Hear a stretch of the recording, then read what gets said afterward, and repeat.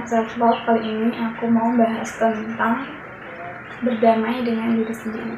Hai, aku Alifa. Kalau kalian baru nonton video aku, kali ini aku mau bahas tentang self love. Mari kita bertumbuh bareng-bareng menjadi pribadi yang lebih baik lagi. Oke, jadi hari ini aku mau bahas tentang self love atau bisa kalian lakuin dengan cara berdamai dengan diri sendiri.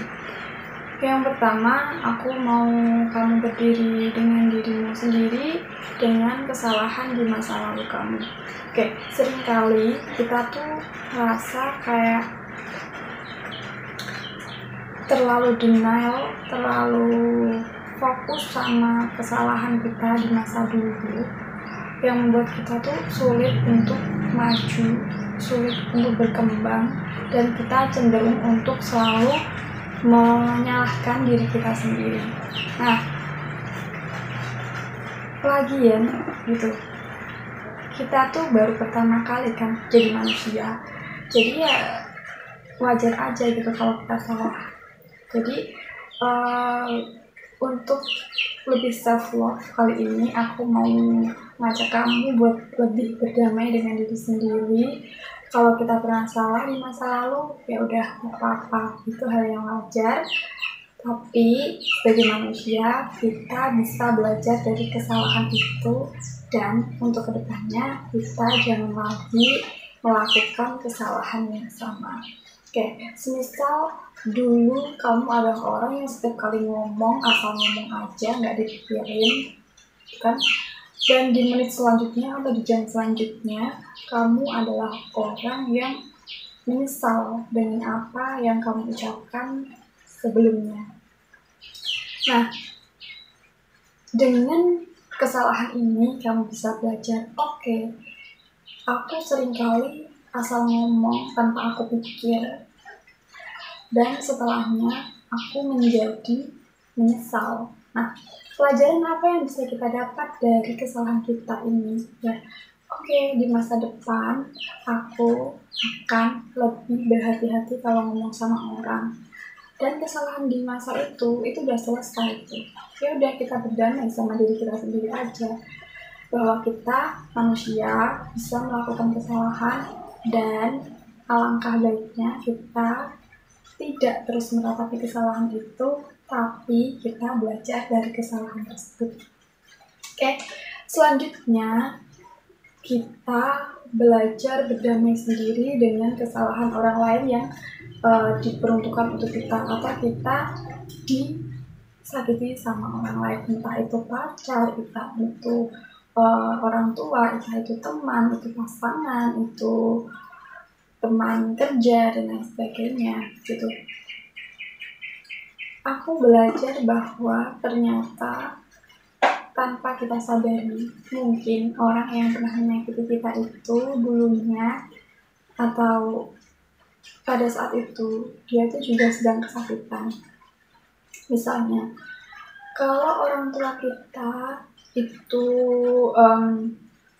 suka benar kita, suka emosian, mungkin hal lain yang belum kita tahu, dulunya dia juga korban orang tuanya. Jadi kakek kita dulu memperlakukan orang tua kita juga seperti itu. Nah, pada akhirnya dia menularkan atau secara tidak sengaja memberikan rasa sakit itu juga kepada kita. Nah, tugas kita apa? Ya udah, kita berdamai dengan diri kita sendiri. Oke, nggak apa-apa, kita sembuhin lukanya. Kita bisa menyembuhkan luka itu dengan cara self healing. Kita self terapi juga bisa. Kita bisa lihat kalau kalian mau, bisa lihat di YouTube, banyak itu cara menyembuhkan luka batin, walaupun itu nggak gampang ya tentunya. Terus kalau sudah kita sembuh itu, udah maafkan dia gitu. Maafkan dia bukan untuk menormalisasi gitu, tapi ya udah gitu, untuk kebaikan diri kita sendiri. Kalau kita terus-terusan membenci orang itu, juga kita yang sakit sendiri kan. Jadi ya udah maafkan aja, berdamai. Oh mungkin dia juga lagi merasakan sakit. Tugas kita, kalau kita disakiti orang, kita tidak mau disakiti orang. Kalau kita ngerasain, oh aku disakitin seperti ini, aku sakit hati, berarti aku tidak boleh melakukan itu atau melakukan hal yang sama ke orang lain. Sudah, kan? Kalau kita terus-terusan menjudge, kita terus-terusan membenci orang yang menyakiti kita, kita juga akan menjadi sakit sendiri gitu. Sedangkan kalau kita mau berdamai, kita tidak lagi membenci, hati kita ikhlas, itu juga akan menjadi pengaruh baik untuk diri kita sendiri. Terus selanjutnya, dengan kita sadar dengan keadaan kita yang sekarang, kita menyadari, kita berdamai dengan keadaan kita yang sekarang.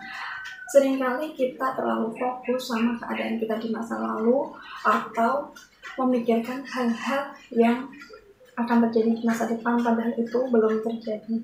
Sedangkan masa lalu kita itu sudah terlewatkan. Jadi kalau lagi galau, entah itu galauin masa lalu, entah itu galauin masa yang akan datang, mending kita fokus ke hal yang sekarang aja, fokus sama keadaan yang sekarang aja. Terus kemudian yang terakhir, aku cuma mau bilang kalau masa depan itu belum terjadi. Nah, kalau misalnya kamu punya ketakutan di masa depan, takut tidak jadi apa-apa, takut mengecewakan orang lain, takut ini, takut itu, takut nanti karirnya bagaimana, nanti pasangan aku seperti apa, kamu langsung switch aja pikiran kamu dan bilang bahwa it's okay, itu belum terjadi. Mungkin saja di kedepannya nanti tidak akan seperti itu.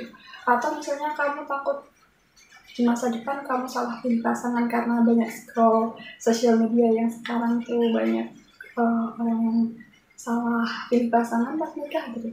Ya apa yang bisa kamu lakukan saat ini, ya kamu belajar tentang cara memilih pasangan yang baik, kan seperti itu. Agar di masa depan setidaknya kamu punya ilmu dan tidak salah pilih pasangan. Atau kamu misalnya punya goals gitu di masa depan.